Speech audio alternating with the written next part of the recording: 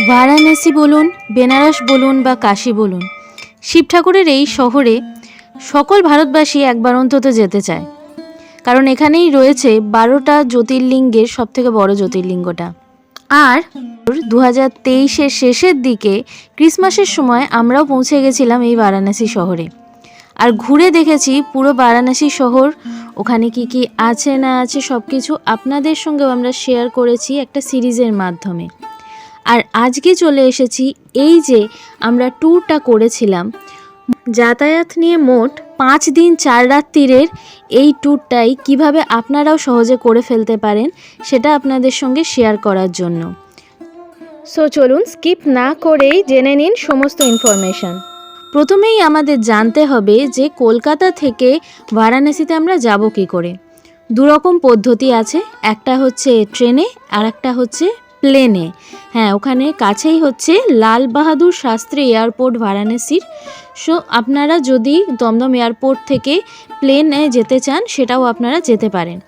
আর এছাড়া আমাদের এখানে রয়েছে 3টে স্টেশন আমরা জানি, শিয়ালদা, হাওড়া এবং কলকাতা স্টেশন। এই 3টে স্টেশন থেকেই বারাণসী জাংশনের জন্য কিন্তু ট্রেন অ্যাভেলেবেল আছে। এছাড়াও বারাণসী জাংশনের যদি ট্রেনের টিকিট না পান, আর একটা স্টেশন আছে জাংশন স্টেশন, যেখানকার টিকিট কাটলেও আপনারা ইজিলি বারাণসী রিচ করতে পারবেন। সেটা হচ্ছে দীনদয়াল উপাধ্যায় জাংশন।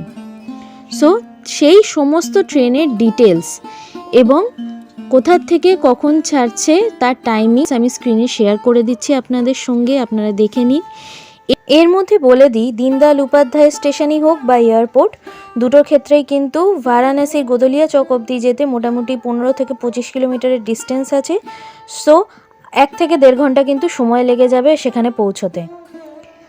আর আমরা যেটা করেছিলাম, আমাদের ট্রেনটা ছিল কোয়াজাট এক্সপ্রেস, মানে কলকাতা জম্মু তাওয়াই এক্সপ্রেস। আমরা কিন্তু রাত্রির বেলায় পৌঁছে গেছিলাম 2:40 নাগাদ বারাণসী স্টেশনে, এবং সেখান থেকে আমরা সোজা চলে গেছিলাম 80 ঘাটের মর্নিং আরতি দেখতে। এই মর্নিং আরতিটা আপনারাও প্ল্যান করে রাখতে পারেন ফার্স্ট ডেতেই, তাহলে অন্য দিনগুলোতে খুব সকালে উঠে বাইরে বেরোনোর আর কোনো ঝক্কি থাকবে না।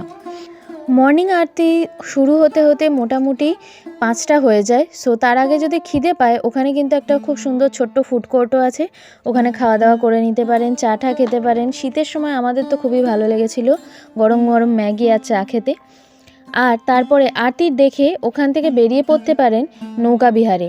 আমাদের এটাই প্ল্যান ছিল, কিন্তু সেটা আমাদের বানচাল হয়ে গেছিলো বলা যায়, কারণ প্রচণ্ড কুয়াশা ছিল, ঘাটগুলো দেখা যাবে না। তাই আমরা অটো করে আবার চলে এসেছিলাম গোদলিয়া চকে।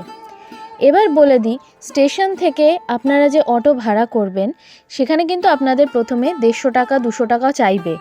আপনারা একটু বার্গেনিং করবেন, ইজিলি আপনারা 100 টাকাতে ওখান থেকে পুরো রিজার্ভ করে চলে আসতে পারবেন গোদলিয়া চক কিংবা 80 ঘাট, যে কোনো জায়গাতে। আমরা কিন্তু 80 ঘাটে গেছিলাম, এবং 80 ঘাট থেকে আবার যখন আমরা গোদলিয়া চক আসি আমাদের লেগেছিল 40 টাকা। সো গোদলিয়া চকে এবার পৌঁছে গেছেন। এবার আমাদের কাজ হচ্ছে হোটেল খোঁজা। আপনারা আগের থেকে অনলাইনে হোটেল বুক করে রাখতে পারেন। সিজন টাইমে কিন্তু সেটাই করবেন, কারণ হোটেল রুম পাওয়া খুব টাফ হয়ে যায় এখানে। আমরা গিয়েও রুম পাচ্ছিলাম না, অনেক খুঁজে বাঙালি টোলার ভেতরে আমরা একটা গেস্ট হাউস পেয়েছিলাম, সেখানেই আমরা ছিলাম। এবং এখানে কিন্তু এই গেস্ট হাউসগুলো বেশ ভালো।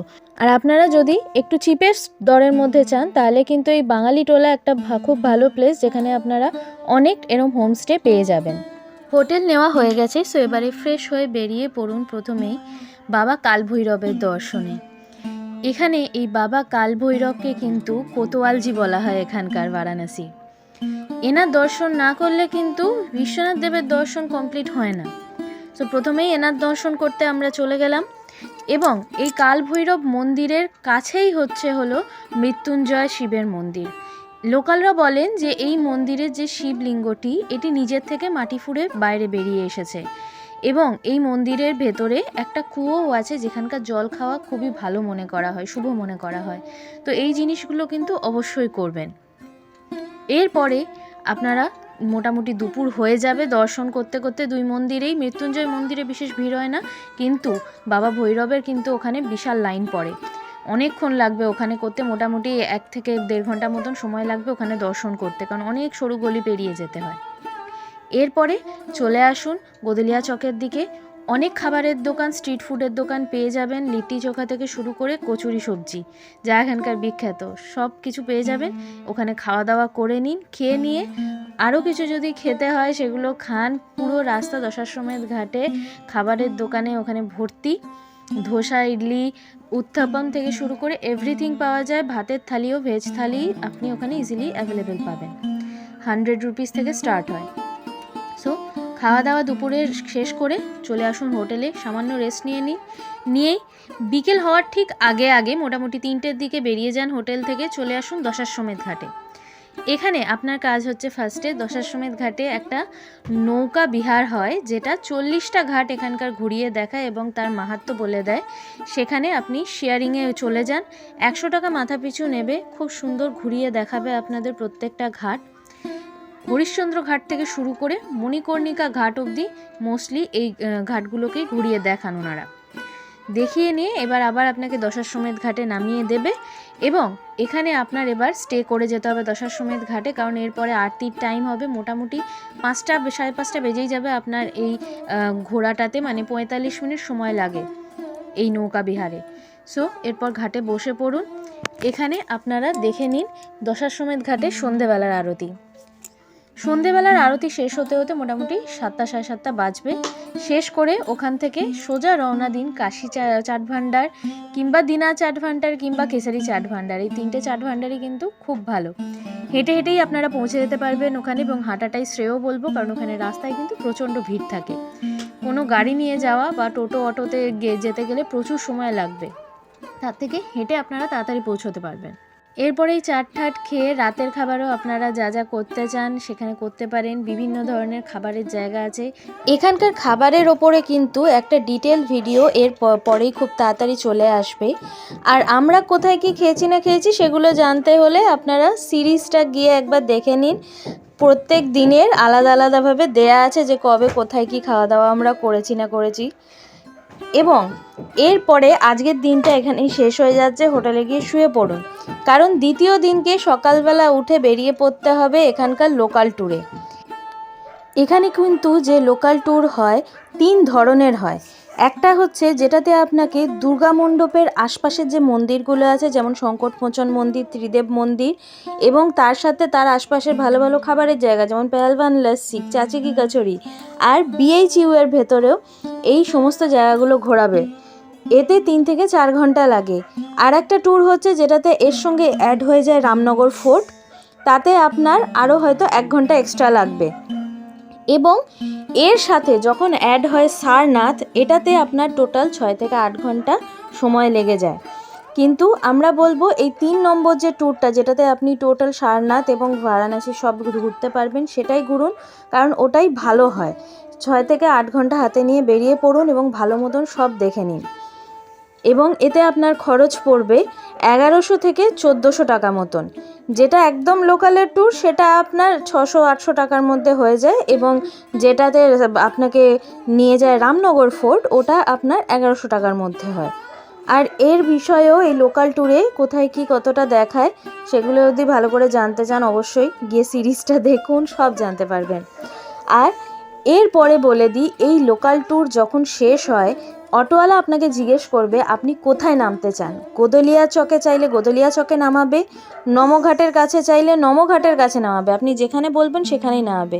এবং আমরা বলবো যদি আপনার হাতে একটু সময় থাকে, ধরুন 2 কি 3টের মধ্যে আপনার যদি ট্যুর শেষ হয়ে যায়, আপনারা অবশ্যই নামুন নমঘাটের কাছে এবং ওখান থেকে পায়ে হেঁটে ঘাটগুলোকে দেখতে দেখতে যান। এটা কিন্তু একটা খুবই সুন্দর অভিজ্ঞতা হবে আপনাদের জন্য, যে এক একটা ঘাট কীরকম কি আছে, হাঁটতে হাঁটতে যখন যাবেন গঙ্গার ধার দিয়ে বুঝতে পারবেন এক্সপিরিয়েন্সটা কি হয়। এটাও আমরা নিজেরা করেছি এবং আপনাদের সঙ্গে শেয়ার করেছি, এটা তারও ভ্লগ আছে। এরপরে আপনারা পারলে সেই দিনকেই সন্ধেবেলা দিয়ে নিন বিশ্বনাথ দেবের কাছে পুজো। কেন সন্ধেবেলা? সবাই সকালে পুজো দিতে চায়, সন্ধেবেলা কেন বলবো, সন্ধেবেলা যে সময় আরতি হয় ওই সময়টা যদি আপনারা গিয়ে পুজো দেন, বেশ ফাঁকায় ফাঁকায় ভালো মতন পুজো দিয়ে দিতে পারবেন।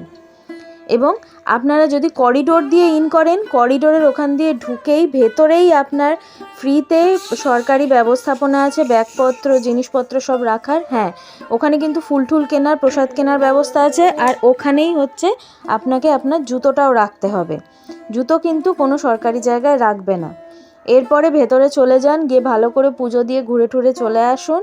সন্ধেবেলা এসে কোনো ঘাটেই, দশাশ্বমেধ ঘাট হোক কি প্রয়াগ ঘাট হোক, বসুন। ওখানে খুব সুন্দর মেলার মতো খাবার দাবার নিয়ে বসে থাকে, লোকাল স্ট্রিট ফুড অনেক পেয়ে যাবেন।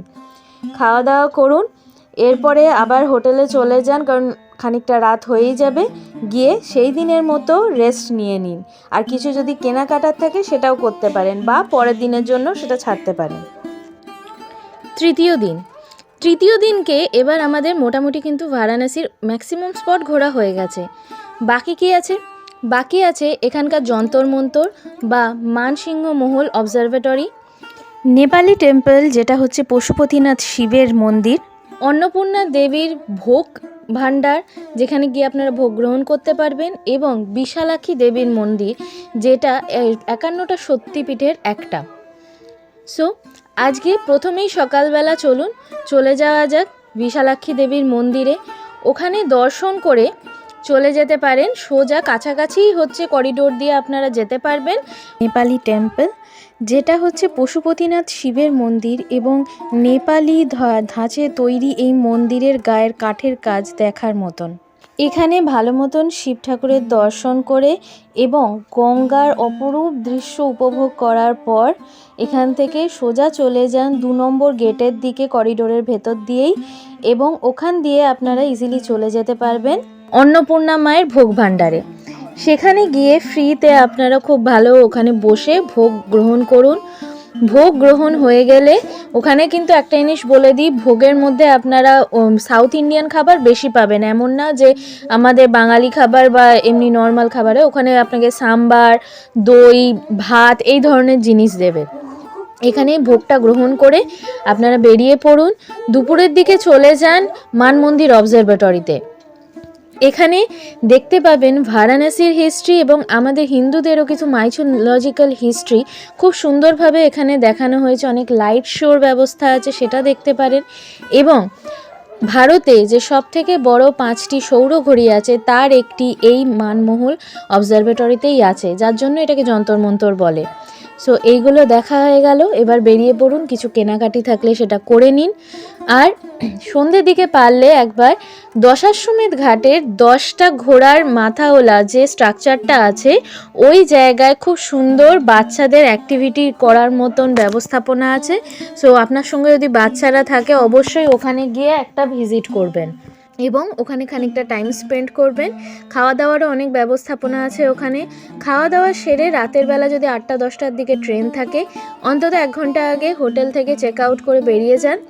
আমাদের ছিল 1টার সময় ট্রেন, সো আমরা 12টার সময় চেক আউট করেছিলাম, করে বেরিয়ে গিয়ে ট্রেন ধরে নিয়েছিলাম বারাণসী জাংশন থেকে। এবার আপনাদের কোন জাংশনে ট্রেন আসবে সেটা একটু জেনে নেবেন ভালো করে, কারণ এখানে কিন্তু কাশী আছে, বেনারস আছে এবং বারাণসী আছে, 3টে স্টেশন আছে। এছাড়াও দীনদয়াল উপাধ্যায় তো আছেই, আগেই বলেছি আপনাদের। সো কোন স্টেশন আছে সেই অনুযায়ী সময় বুঝে বেরোবেন, এবং এইবারে পরের দিনকে আপনি পৌঁছে যাবেন নিজের বাড়িতে। সো এখানেই এন্ড হচ্ছে আমাদের এই 5 দিন 4 রাত্রিরে ট্যুর গাইডটা বারাণসী। আশা করছি আপনাদের এই ট্যুর গাইডটা ভালো লেগেছে, এবং আপনারাও যদি এই ট্যুর গাইডটা ফলো করে ঘোরেন খুব সহজে পুরো বারাণসী ভালো মতন 3 দিনে ঘুরে ফেলতে পারবেন। আর আপনাদের কিছু যদি আরও জানার থাকে অবশ্যই আমাদের কমেন্টে জানাবেন, আর ভিডিওটা ভালো লেগে থাকলে কিন্তু একটা লাইক করতে ভুলবেন না। আর অবশ্যই যদি সাবস্ক্রাইব না করে থাকেন চ্যানেলটা সাবস্ক্রাইব করে নিন, কারণ এরপরেই কিন্তু চলে আসবে আমাদের ফুড ভ্লগ বারাণসীর। এবং এর আগে অলরেডি পুরো সিরিজটা পার্টে যে কবে কি করেছি তার উপর বেস করে কিন্তু আমাদের চ্যানেলে অলরেডি রয়েছে, গিয়ে ভিজিট করতে পারেন। আপনাদের অনেক হেল্প হবে, অনেক রকম ইনফরমেশন পেয়ে যাবেন আপনারা। সো চ্যানেলটা অবশ্যই সাবস্ক্রাইব করে নিন, কারণ নইলে কিন্তু নোটিফিকেশান আপনাদের কাছে যাবে না যখন আমি আপলোড করব। আর আপনাদের এই সাবস্ক্রিপশানে কিন্তু আমাদেরও একটু জোর দেয় যে আরও ভালো করে কিছু কাজ করার। সো চলুন আজকের ভ্লগটা এখানেই আমরা শেষ করছি, আবার পরের ভ্লগে খুব তাড়াতাড়ি দেখা হবে ফুড ভ্লগ নিয়ে Varanasi. So till then take care, bye by.